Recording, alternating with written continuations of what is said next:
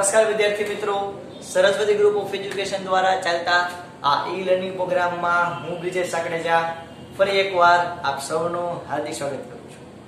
આપણે ફિઝિક્સ ની અંદર ધોરણ 11 ની અંદર ચેપ્ટર નંબર 3 નો અભ્યાસ કરતા હતા કે જેનું નામ છે સુરેખ પથ પર ગતિ. એટલે કે એક જ લાઈનમાં આપણે ગતિ કરતા હોય એમાં કેટલી વેરાયટી આવે એ આપણે જોતા હતા. તો જેની અંદર આપણે સાપેક્ષ વેગનો ટોપિક કમ્પ્લીટ કર્યો હતો અને એના દાખલાઓ ગણતા હતા. લાસ્ટ લેક્ચરની અંદર આપણે ઉદાહરણ છેલ્લું કરી અને બધા ઉદાહરણ કમ્પ્લીટ કર્યા. હવે દાખલાનો વારો સ્વાધ્યાયના એમાં પણ આપણે એક 3.5 એક્ઝામ્પલનો જે એક્ઝામ્પલ આપેલું હતું એક્સરસાઇઝનું એ આપણે પૂરું કર્યું. હવે ત્યાર પછી આપણે 3.6 પણ એક બાકી હતું તો એ આપણે ફટાફટ જોઈ લઈએ. ઓકે, ક્લિયર થયું? ઓકે, બીજું આપણે ફટાફટ નાનું રિવિઝન કરી લઈએ. તો હું એમ કહી શકું કે અહીંયા જ આપણે લખશું, ડોન્ટ વરી, કે આપણે આ પાઠમાં કેટલી વસ્તુ ભણ્યા. તો કે એક તો ભણ્યા સ્થાનાંતર અને બીજી ભણ્યા પથ લંબાઈ. આ નેગેટિવ, પોઝિટિવ કે શૂન્ય હોઈ શકે. આ છે હંમેશા કેવું હશે? પોઝિટિવ અથવા તો શૂન્ય હોઈ શકે, નો હોઈ શકે, ખાલી પોઝિટિવ હોય.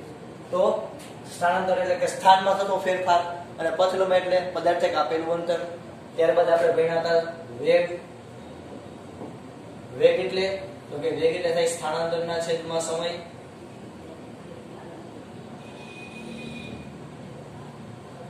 ઓકે, આ વેગના પાછા કેટલા પ્રકાર હતા? બે. ક્યાં ક્યાં? તો કે સાદો અને મસાલા વાળો. ના એ બાપ, તો કે બે વેગ હતા. એક હતા તત્કાલીન વેગ અને બીજું હતું સરેરાશ વેગ. એટલે કે v એવરેજ અને v ઇન્સ્ટન્ટેનિયસ. આની વેલ્યુ તમને કેમ મળશે?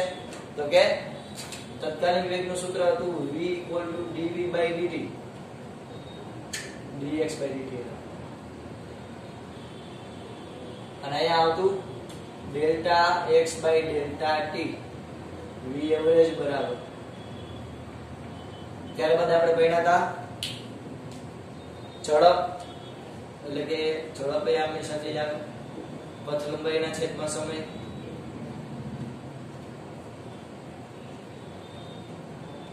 ત્યારબાદ આપણે જોયું હતું પ્રવેગ.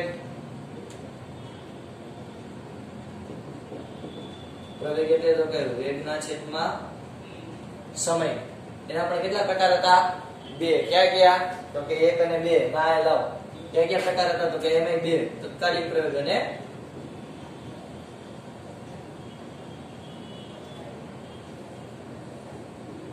બીજો કયો હતું? સરેરાશ પ્રવેગ. જો આખો એક માઇન્ડ મેપ આખો યાદ રાખો કે જેથી તમે કોઈ પણ ચેપ્ટર હોય ને ફટાફટ રિવાઇઝ કરી શકો.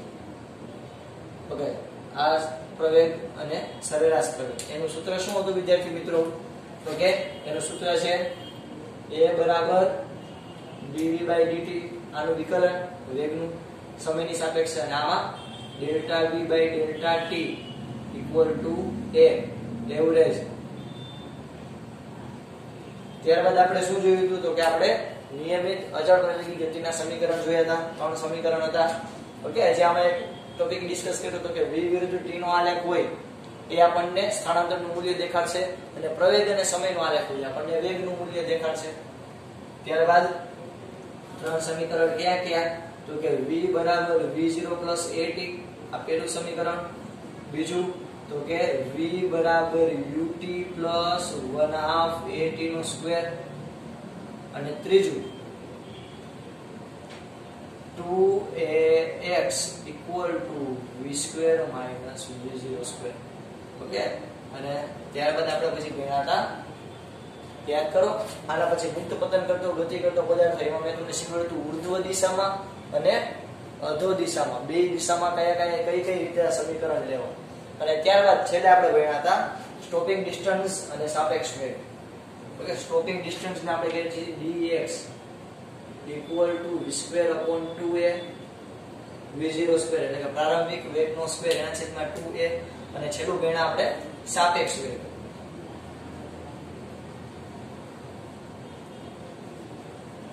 એટલે કે a ની સાપેક્ષે b નો વેગ કેમ લખાય? તો કે vb - v. આમાં આપણે 4 ઇક્વેશન જોયા હતા. બરોબર. ચાલો આખા ટોપિક ની આપણે ચર્ચા કરી લીધી. હવે આપણે મસ્ત મજાની રીતે આપણું ચેપ્ટર છે એ આગળ ચલાવી શકશું. દાખલાઓ.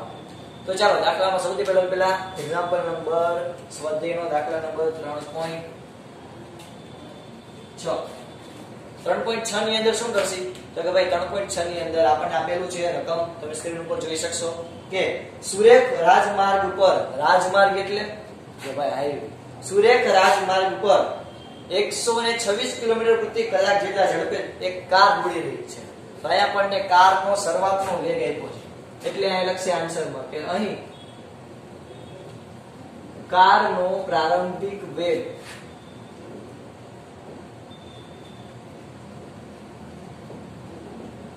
અહીં કારનો પ્રારંભિક વેગ v0 આપણને કેટલો આપેલો છે તો કે 126 કિલોમીટર પ્રતિ કલાક. તો હવે તો ભાઈ હું આંખો બંધ કરીને તમારા ઉપર ભરોસો કરી શકું કે 126 કિલોમીટર પ્રતિ કલાકને મીટર પ્રતિ સેકન્ડમાં તમે કેમ ફેરવી શકશો? સિમ્પલ તો કે ભાઈ v0 બરાબર 126 ગુણ્યા 5/18 ઉઠાય તો અહીંયા કેમ છે તો કે 18 સત્તા 126 તો v0 બરાબર 7 × 35 મીટર પ્રતિ સેકન્ડ. તો આ આપણને પ્રારંભિક વેગ કેટલો મેળવ્યો 35 મીટર પ્રતિ સેકન્ડ કારનો. ત્યારબાદ આપણને કીધેલું છે કે કાર 200 મીટરનું અંતર કાપી અને ઊભી રાખવી છે. તો ઊભી ક્યારે રહે પદાર્થ? કોઈ પણ કાર ઊભી ક્યારે રહે તો કે જ્યારે એનો વેગ કેવો થાય 0.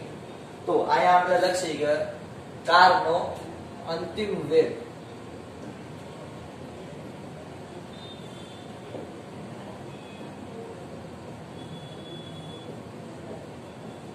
v = 0 મીટર પ્રતિ સેકન્ડ. અલગ બાઉન્ડ્રી આપી જેથી થોડો ઉઠાવ આવે.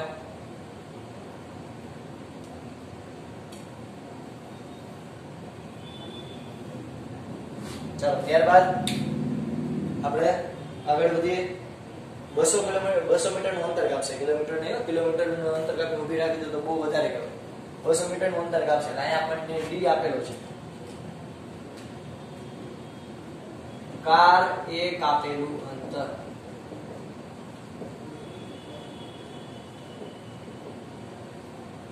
x બરાબર 200 મીટર આપણને આપેલું છે. તો અહીંયા આપણે એને પણ હાઈલાઈટ કરી દઈએ બ્લુ કલરથી. ચાલો ત્યારબાદ આપણને શું આપેલું છે તો કે કીધેલું છે કે તો કારનો નિયમિત પ્રતિપ્રવેગ કેટલો હોવો જોઈએ. એટલે કે અહીંયા આપણા વરરાજો કોણ છે તો કે પ્રતિપ્રવેગ એટલે કે એને આપણે શોધવાનો છે. ઓબિયસ વાત છે. જો શું કીધું તો કે કોઈ કાર છે એ 35 મીટર પ્રતિ સેકન્ડની ઝડપથી આગળ વધે છે, એને 200 મીટર પછી ઊભી રાખવી છે. તો તમારે ઓબિયસ વાત છે બ્રેક મારવી પડે. તો બ્રેક મારો ગાડીમાં તો પ્રવેગ આવે કે પ્રતિપ્રવેગ આવે? પ્રતિપ્રવેગ આવે. લીવર મારો તો તમે કોઈ કાર હોય એની દિશામાં આગળ વધો તો એ પ્રવેગ ઉત્પન્ન કરે. જ્યારે તમે કારની ગતિની વિરુદ્ધ દિશામાં બળ ઉત્પન્ન કરવા માટે જે પ્રવેગ કરો એને કહેવાય પ્રતિપ્રવેગ. તો પ્રતિપ્રવેગ આપણે શોધવાનો છે. બીજું આપણને શું કીધેલું છે તો કે કારને સ્થિર થવા કેટલો સમય લાગશે? કારને સ્થિર થવા કેટલો સમય લાગશે?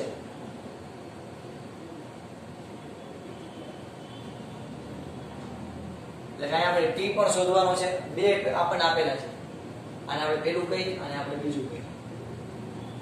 ચાલો સૌથી પહેલા સ્ટાર્ટ કરીએ. તો અહીંયા પણ આવું બધું આપેલું છે. ઓકે. તો સૌથી પહેલા આપણી પાસે 3 ઇક્વેશન છે 1, 2 અને 3. એમાંથી આપણને પહેલા તો કારનો પ્રવેગ કઈ રીતે મળશે તો કે આપણી પાસે જો પ્રારંભિક વેગ છે, અંતિમ વેગ છે અને અંતર છે. તો પ્રારંભિક વેગ છે, અંતિમ વેગ છે અને અંતર છે. તો ત્રીજું ઇક્વેશન બહુ સુટેબલ રહે. તો આપણે લખી કે અચળ પ્રવેગી ગતિના સમીકરણ પરથી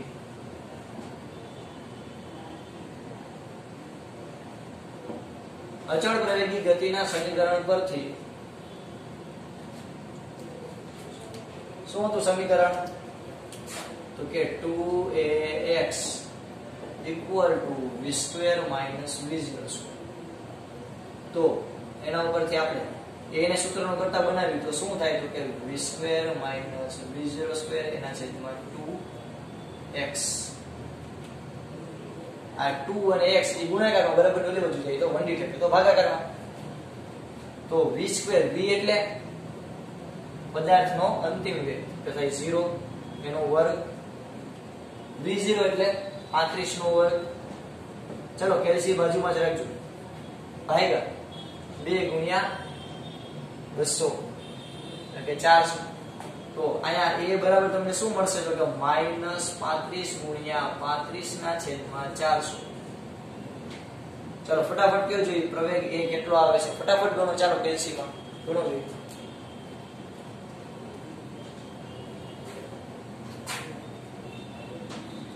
35 ગુણ્યા 35 નો વર્ગ કેટલો થાય 1225 આપણે એમ લખી શકીએ આના બરાબર થાય 1225 ભાગ્યા 400 ચાલો હવે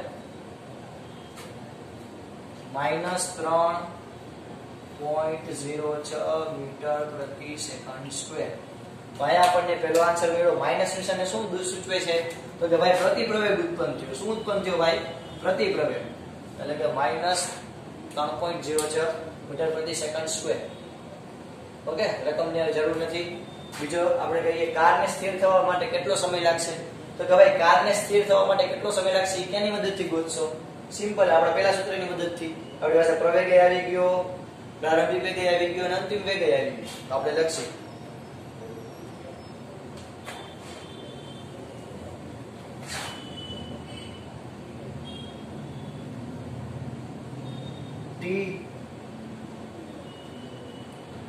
આપણે લખી કારને સ્થિર થવા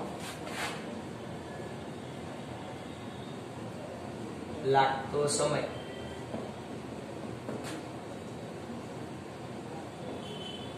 કારને સ્થિર થવા માટે લાગતો સમય તો કે એના માટે આપણે લખીએ v બરાબર v0 પ્લસ at v બરાબર v0 પ્લસ at તેના પરથી આપણે v એટલે અંતિમ વેગ 0 પ્રારંભિક વેગ v0 આપણને આપેલો છે 35 પ્લસ a એટલે તો કે -3.06 અને * t ઓકે આ પ્લસ છે બરાબર નું વેલ્યુ આખું જે છે એમે કરી શકો આ -3.06 t આખું બરાબર નું ઓલી બાજુ જાય તો ઓકે આયા પ્લસ માઈનસ પહેલા તો કેવું થઈ જાય માઈનસ થઈ જાય બસ એટલે ખબર પડે બીજું કઈ નહીં તો 3.06 એને ગુણ્યા t આવું થાય આ માઈનસ બરાબર નું ઓલી બાજુ જાય તો પ્લસ એટલે કે 3.06 એને ગુણ્યા t બરાબર 35 તેના પરથી t ને સૂત્રનો કરતા બનાવો તો t બરાબર શું થાય તો કે 35 ના છેદમાં 3.06 ચાલો ફટાફટ વિદ્યાર્થી મિત્રો ગણીને મને કહો જોઈએ કેટલો આન્સર આવે છે 35 ના છેદમાં 3.06 વેરી ગુડ તો t બરાબર કેટલો આવ્યો તો 11.44 સેકન્ડ કેટલો 11.44 સેકન્ડ ક્લિયર તો આયા આપણે પ્રવેગ મળી ગયો અને આયા આપણને સમય મળી ગયો તો આપણે નીચે લખશું કે કારને 200 મીટર અંતર કાપી સ્થિર થવા લાગતો સમય 11.44 સેકન્ડ હશે ક્લિયર ડન ચાલો ફટાફટ તમારી બુક ની અંદર આ બધું લખી ચાલો ફટાફટ લખી લેજો ચાલો વિદ્યાર્થી મિત્રો આપણે આના પછીનું એક્ઝામ્પલ સ્ટાર્ટ કરીએ બરોબર તો આના પછી એક્ઝામ્પલ જે છે એક્સરસાઇઝ જે છે એક્સરસાઇઝ નો દાખલા નંબર 3.7 એની મારે દઈએ પહેલા તો કે સ્વાધ્યાય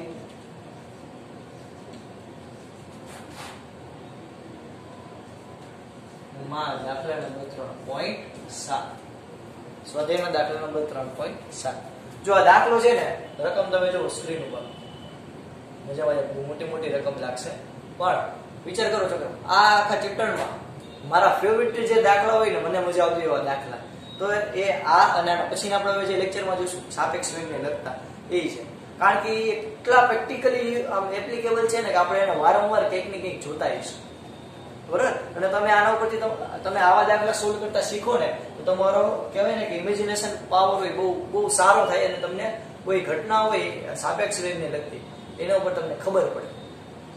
ક્લિયર? ચાલો, તો સૌથી પહેલા આપણે સ્ટાર્ટ કરીએ સ્વાધ્યાયનો દાખલા નંબર 3.7. તો તમારે બધે પહેલા ટેક્સ્ટબુક પહેલા સાથે જ રાખજો, બરોબર. તેમાંથી જોતા જજો, સ્ક્રીન ઉપર પણ તમે જોતા જજો, કઈ વાંધો નહીં આવે, સ્ક્રીન ઉપરથી દેખાશે. મારી પાસે સ્ક્રીન જે છે એમાં જે રકમ છે હું બોલું છું. સૌથી પહેલા હું લખેલું છે કે 400 મીટર જેટલી સમાન લંબાઈ ધરાવતી બે ટ્રેનો A અને B, એટલે કે આ બે ટ્રેન છે, કઈ A અને B, બેની લંબાઈ કેવી છે? એક સરખી, 400 મીટરની લંબાઈ. તમે કલ્પના કરો કે 400 મીટર લંબાઈ વાળી બે ટ્રેન સરખી કોઈ એક પાટાની અંદર છે. બે સમાંતર રેલવે ટ્રેક પર 72 કિલોમીટર પ્રતિ કલાકની ઝડપે એક જ દિશામાં દોડી રહી છે. બે જે ટ્રેન છે એક જ દિશામાં ગતિ કરી રહી છે. હવે તમે જો વિચારો, તમને મજા આવશે, વિચારજો કે આપણે કોઈ ટ્રેનમાં બેઠા છીએ, બાજુમાં બીજી ટ્રેન છે, બરોબર.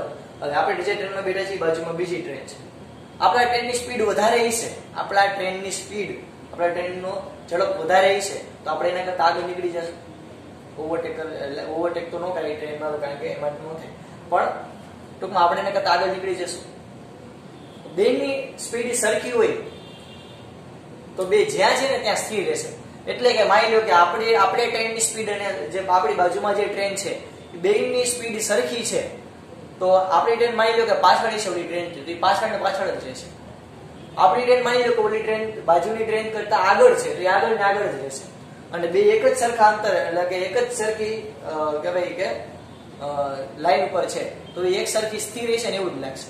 તમે આવો લોચો ક્યાં થઈ છે ખબર? તમે ઘણી જગ્યાએ ટ્રેનમાં તમે સિગ્નલ લેવી, રેલવે સ્ટેશન ઉપર ઉભા હોય, તમે બાજુની ટ્રેનમાં જુઓ ને તો તમે ક્યારે કન્ફ્યુઝ થઈ જાવ કે કઈ ટ્રેન ચાલે છે એની ખબર નથી પડતી. એટલે તમે પછી તરત બીજું સ્ટેપ તમે શું કરશો તો કે જમીનમાં જોશો.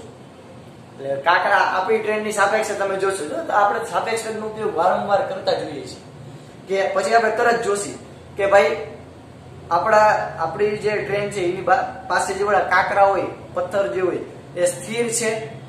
તમે જો સ્થિર છે તો આપણી ટ્રેન ઊભી છે, જો એ ગતિમાં છે તો આપણી ગતિમાં છે, એટલે કે આપણી ટ્રેન જે છે એ ગતિમાં છે, ઓલી ટ્રેન સ્થિર છે. તમે એવી રીતે ગોતો છો. તો તમે જમીનની સાપેક્ષે ટ્રેનની ગતિ નક્કી કરો છો. ક્યારે? તો કે જ્યારે ક્યારેક તમે કન્ફ્યુઝ થઈ જાવ, ખાલી તમે બારીમાંથી જોતા હોય ને ટ્રેનની અને સામે ટ્રેન હોય તો ખબર ન પડે ક્યારેક કે એ ટ્રેન ગતિ કરે કે આપણે ગતિ કરીએ. જો બે ગતિમાં હોય તો ત્યારે આપણે આનો ઉપયોગ કરીએ. યાદ કરો આપણે કર્યું છે, બરોબર. તો હવે એક મસ્ત મજાનું એક્ઝામ્પલ છે. આપણને પેલા શું કીધું હતું કે આપણને કીધેલું છે કે કોઈ બે ટ્રેન છે A અને B, બંને 72 કિલોમીટર પ્રતિ કલાક, બેની સ્પીડ સરખી જ છે અત્યારે પ્રારંભમાં. એટલે અહીંયા આપણે એમ લખીએ કે પ્રારંભિક સ્થિતિ,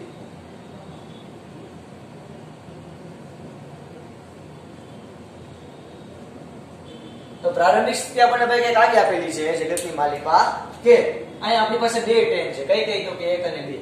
ના, એમને લાવ. આ એક ટ્રેન છે A વાળી અને આ એક ટ્રેન છે B વાળી. બે એક જ દિશામાં આગળ વધે છે. કેટલી? તો કે 72 કિલોમીટર પ્રતિ કલાકની ઝડપથી. કેટલી? 72 કિલોમીટર પ્રતિ કલાક. બેની સ્પીડ સરખી છે, બેની લંબાઈ સરખી. લાવો, આની લંબાઈ L છે, આની લંબાઈ L જ છે, 400 કિલોમીટર.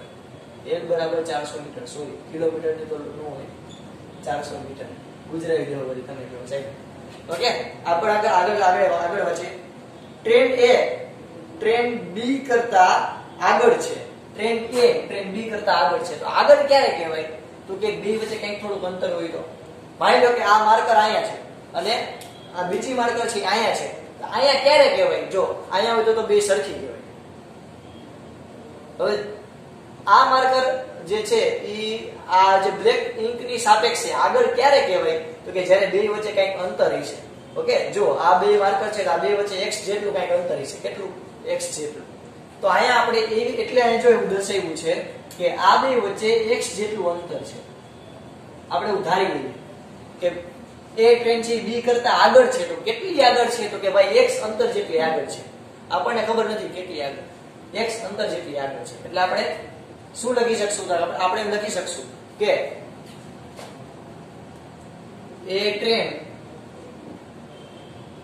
એ બી ટ્રેન કરતા x અંતર જેટલી આગળ છે એવું ધારીશું. તો કે આપણે કેટલું અંતર લઈ લીધું? x અંતર જેટલું. આપણને કીધેલું નથી આગળ. તો કે આપણને આગળ એવું કીધેલું છે કે બી ટ્રેન નો ડ્રાઈવર એ ટ્રેનને ઓવરટેક કરવાનો વિચારે. એટલે કે આ બી ટ્રેન નો ડ્રાઈવર હોય, ડ્રાઈવર ક્યાં હોય જનરલી? તો કે ભાઈ જનરલી ડ્રાઈવર હોય અહીંયા આગળની બાજુ હોય, અહીંયા ડ્રાઈવર ડી હોય અને અહીંયા હોય ને ગાર્ડ હોય. તમે જોયું છે ટ્રેનનો સૌ પાછળનો ડબ્બો હોય એમાં ઓલા માણસો બેઠા ધજા ફેરવતા હોય. ઓકે, તો એ ગાર્ડ અહીંયા પાછળ આવેલા હોય અને ડ્રાઈવર આગળ આવેલા હોય. તો અહીંયા આને હું કહ્યું ડ્રાઈવર ડી. એવી રીતે ટ્રેન એ હોય તો એ નો પણ ગાર્ડ અહીંયા હશે અને એનો ડ્રાઈવર જે છે એ અહીંયા હશે. એનું તો બી ટ્રેન નો ડ્રાઈવર. ઓકે, આ આકૃતિ કંઈક આવી ગઈ. હવે તો કે આ જે ટ્રેન બી નો ડ્રાઈવર છે એ ટ્રેન એને ઓવરટેક કરવાનો વિચાર.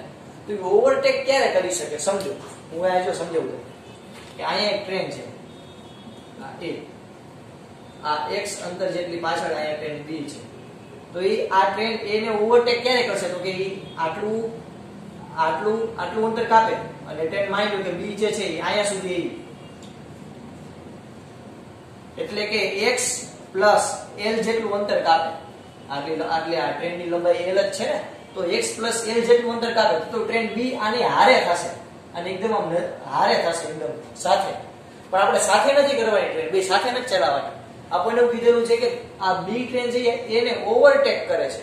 ઓવરટેક ક્યારે કરે? તો કે આખી ટ્રેન છે એ આના કરતા કેવી થઈ જાય? આગળ વહી જાય. એટલે આને ઓવરટેક કર્યું કહેવાય. તમે સિમ્પલ વિચારો કે તમે બાઇક લઈને જાવ છો, તમારે બીજા બાઇકને ઓવરટેક કરવું, તમે કેમ કરશો? એની સાથે ચલાવશો. તો સાથે ચલાવો તો તમે ઓવરટેક કર્યું ન કહેવાય, પણ એના કરતા આગળ વધો. એ જે બાઇક હોય એના કરતા તમે આગળ વધો તો તમે ઓવરટેક કર્યું કહેવાય. તો આ બી ટ્રેન જે છે એ આવી રીતે સ્થિતિ રચાય તો બી ટ્રેન જે છે એને ઓવરટેક કરી હોય એ કહેવાય.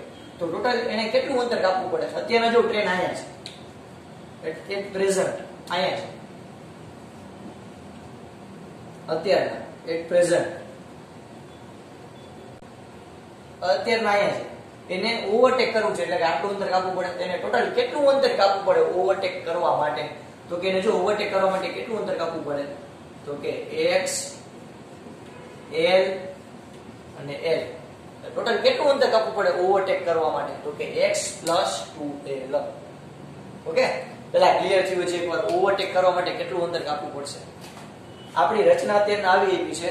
હવે આ બી ટ્રેન ને એને ઓવરટેક કરવું હોય, એને ઓવરટેક કરવું એટલે કે એની આગળ નીકળી જવું હોય, ટોટલ કેટલું અંતર કાપવું પડશે? તો કે x + a + હજી એક આગળ નીકળી l, એટલે કે x + 2l. ઓકે, ક્લિયર થયું? તો આપણે શું લખીએ? હજી એકવાર આટલું પહેલા ક્લિયર થયું. તો બંને ટ્રેનનો પ્રારંભિક વેગ પહેલા તો આપણને કેટલો આપ્યો છે આપણે એને લખીએ.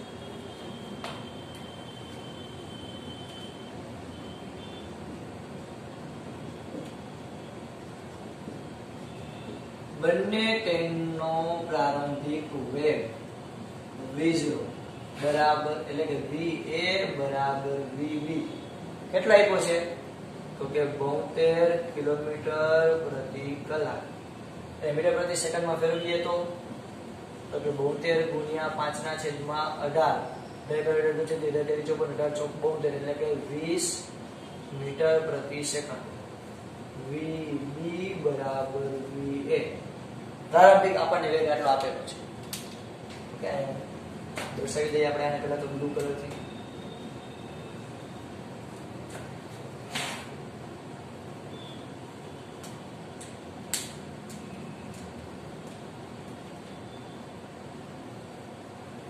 ચાલો હવે તો કે આપણને કીધેલું છે કે આગળ આપણે શોધવાનું શું છે? તો કે એના માટે પોતાની ટ્રેનને આ બી ટ્રેનને ઓવરટેક કરવું તેના માટે કેટલો પહેલા તો અંતર કાપવું પડશે તો કે આપણે લખી કે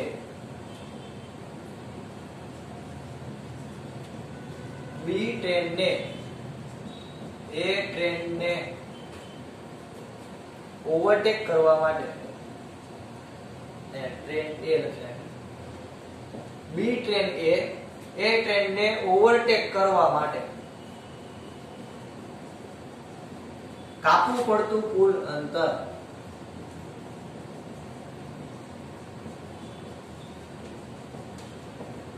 કેટલું અંતર એને કાપવું પડશે તો કે ભાઈ x + 2l હવે ખબર પડે x + 2l પહેલા તો શું કામ આવ્યું એ પહેલા ક્લિયર થાય હજી એકવાર તો જ આ બોલજો આ x પ્લસ આ a તો આ a જેટલું એટલે કે l જેટલું અંતર કાપે x પ્લસ l જેટલું અંતર કાપે તો ઈ આ ટ્રેન ની સાથે થાય સાથે ન થવું એને ઓવરટેક કરવું છે તો વળી એટલું જ l જેટલું અંતર કાપવું પડે એટલે x + 2l ક્લિયર હવે એના માટે ઈ શું કરતો કે એના માટે ઈ ઉત્પન્ન કરે પ્રવેગ ઉત્પન્ન કરે પોતાની સ્પીડ વધારે છે અને 1 મીટર પ્રતિ સેકન્ડ સ્પીડ થી પ્રવેગિત કરે એટલે કે અહીંયા આપણે શું લખી તો કે બી ટ્રેન નો પ્રવેગ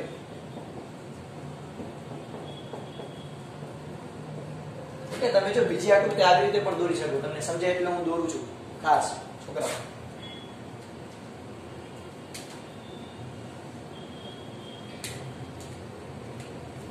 આ પ્રારંભિક સ્થિતિ આ અંતિમ સ્થિતિ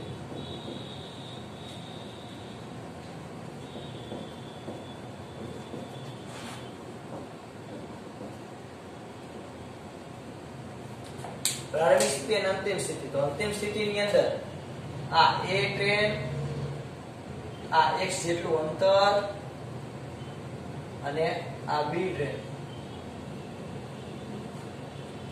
આ પણ આમ ગતિ કરશે આ પણ આમ ગતિ કરતી છે સમાંતર રેલવે ટ્રેન તો ત્યારે શું થશે તો કે ત્યારે BGA આ DA આ ગાર્ડ બી ટ્રેન નો અને આ ડ્રાઈવર બી ટ્રેન નો ઓકે ટોટલ અંતર એને કેટલું કાપવું પડશે તો કે x + l + l એને બી ટ્રેન જે છે એને ઓવરટેક કરવા માટે એટલે આ બી ટ્રેન આ પ્રારંભિક સ્થિતિ આપી હતી એને ઓવરટેક કરવી હોય એ ટ્રેનને એના માટે આટલું x + 2l જેટલું અંતર કાપવું પડે હાલો બી ટ્રેન નો પ્રવેગ આપણને આપેલો છે આ બીજું આપણને શું કીધું તો કે તો જો 50 સેકન્ડ બાદ એટલે કે અહીંયા આપણને સમય આપી દીધો કે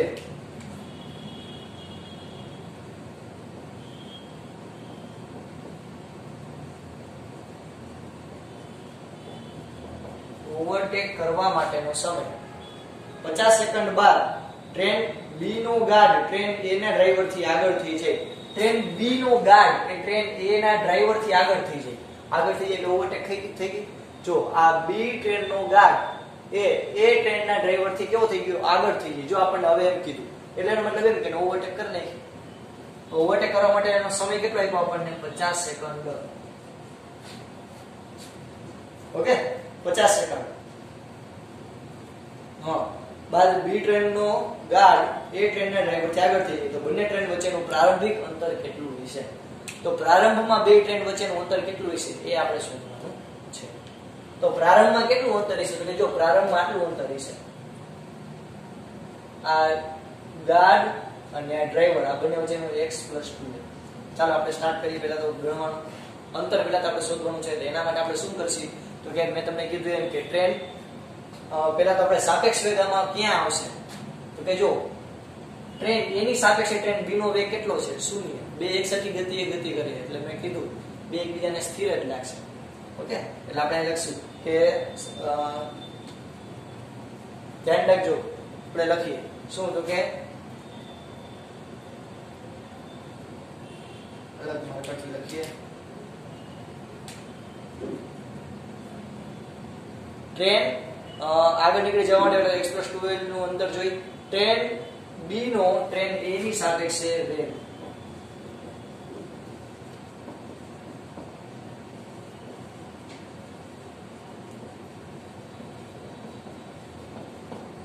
ટ્રેન બી નો ટ્રેન એ ની સાપેક્ષે વેગ કેટલો થાય તો કે v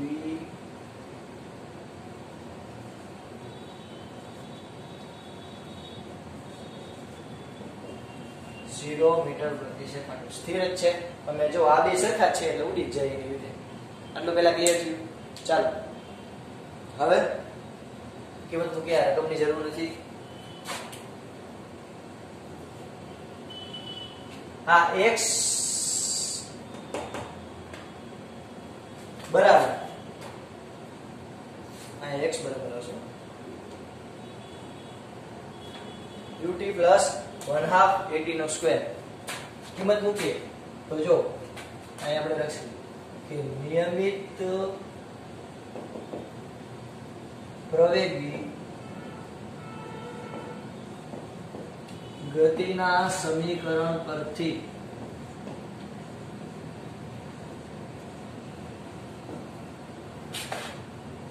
x બરાબર ut plus 1/2 at નો સ્ક્વેર.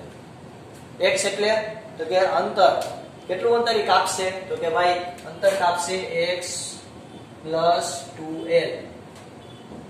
ut એટલે પ્રારંભમાં વેગ. તો પ્રારંભમાં બંને ટ્રેન એકબીજાની સાપેક્ષે કેવા છે? સ્થિર. એટલે આપણે લેસી vab અથવા તો vba ગમે ઈ લ્યો. બરાબર આપણે vba લઈએ. વળી ઘણા કહે છે સાહેબ મધ્યમ વેગ. vba ટ્રેન b ની સાપેક્ષે ટ્રેન a નો વેગ પ્રારંભમાં કેટલો હતો? એને ગુણ્યા t plus 1/2 at નો સ્ક્વેર. તો vba બરાબર તો 0 જ છે. આપણું પદ કેવું થઈ ગયું? 0. આપણે લખશું x plus 2l બરાબર 1/2 at નો સ્ક્વેર. x એટલે એ તો શોધવાના છે. ઓકે x l એટલે તો કે લંબાઈ કેટલી આપી આપણને? ટ્રેનની લંબાઈ 400. તો 2 ગુણ્યા 400 બરાબર 1/2. પ્રવેગ કેટલો આપ્યો? 1. સમય કેટલો આપ્યો? 50 એનો વર્ગ. આવું થાય તો x plus 800 બરાબર 2500 ભાગ્યા 2. ચાલો આ એટલે આટલું ક્લિયર થયું. તો 2500 ભાગ્યા 2 કેટલા થાય? 2500 ભાગ્યા 2 1250. આપણે શું લખશી? x plus 800 બરાબર 1250.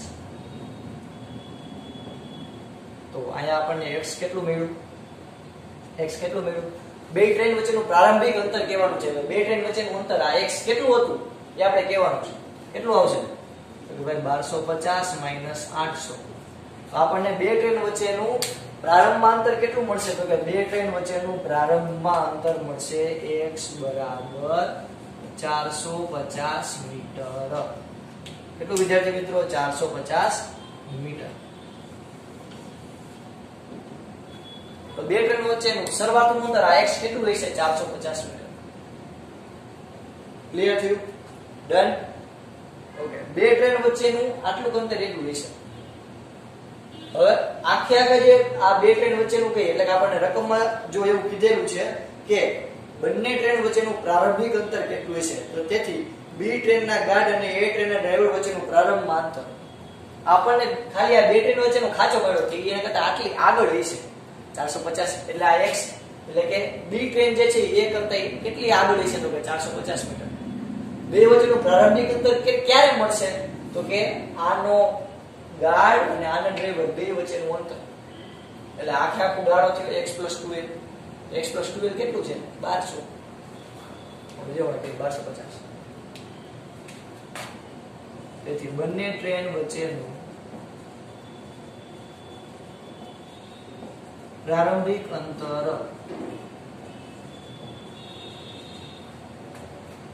બંને ટ્રેન વચ્ચેનું પ્રારંભિક અંતર કેટલું થાય? બંને ટ્રેન વચ્ચેનું પ્રારંભિક અંતર તો કે v અરે યાર બંને ટ્રેન વચ્ચેનું પ્રારંભિક અંતર એટલે પહેલા કેટલું તો કે આ l આ x અને આ l એટલે બરાબર x plus 2l બરાબર 450 plus 800 400 800 થાય તો કેટલું આવ્યું? 1250 મીટર. બે ટ્રેન વચ્ચેનું અંતર કેટલું હશે પ્રારંભમાં તો કે 1250 મીટર. એટલે કે અહીંયાથી માંડીને આટલી જેટલી પણ આ રામાયણ આપણે હતી અહીંયા સુધી 1250 મીટર ની અંદર હશે. એટલે કે આ બી ટ્રેન નો ગાર્ડ અને એ ટ્રેન ના ડ્રાઈવર વચ્ચેનું અંતર કેટલું હશે? 1250. ક્લિયર છે? આપણો મસ્ત મજાનો દાખલો હતો. સૌથી પહેલા આપણે શું કર્યું? બધા આવતાને પહેલા કીધું હતું કે x અંતર જેટલી એ ટ્રેન આગળ છે. ત્યારબાદ આપણે બીજો કિસ્સો ઓવરટેક કરે તો શું થાય? તો કે x અંતર કાપે, એ જેટલું અંતર કાપે તો એ બે એક સરખી સ્થિર કહેવાય, એટલે કે બે એક જ સરખા વેગથી દોડતી કહેવાય. પણ ઓવરટેક કરી ક્યારે કહેવાય? તો કે આ એ ટ્રેનને પણ આગળ ઓરંગે, એટલે x + 2 જેટલું અંતર કાપે તેને ઓવરટેક કર્યું કહેવાય. બી ટ્રેન એ ટ્રેનને બેની લંબાઈ, એક ટ્રેનની લંબાઈ હતી 400 મીટર, તો બેની થાય 800. ઓકે, આપણે બેના પ્રારંભિક વેગ જે છે એ 20 મીટર પ્રતિ સેકન્ડ હતા. પણ બી ની સાપેક્ષે એનો વેગ ગણીએ તો 0. અંતર પ્રવેગ આપ્યો 1, 50 સેકન્ડનો સમય લાગે એવું કીધેલું છે. તો x + 12 એટલું અંતર કાપવું પડે. તો આપણે સમીકરણ હતું x = ut + 1/2t². એમાં આપણે x + 12 = vbat + 1/2t². અહીંયા પ્રારંભિક વેગ તરીકે vba શું કામ લીધું? તો કે પ્રારંભમાં આપણે વેગ ગોતવાનો છે. કેની સાપેક્ષે? એ ટ્રેનની સાપેક્ષે. એવું હોય તો જવાબ આવ્યો 1250. ક્લિયર થયું? ચલો ફટાફટ તમારી બુકની અંદર લખી લેજો. આજે મેં 2 દાખલા કર્યા, બધાએ 2 દાખલા એકવાર બાકી બુકમાં ને એકવાર બુકમાં લખવાના છે. ક્લિયર? આ સુધી રાખીએ. જય ભારત, જય હિન્દ. ચાલો ફટાફટ લખી લેજો.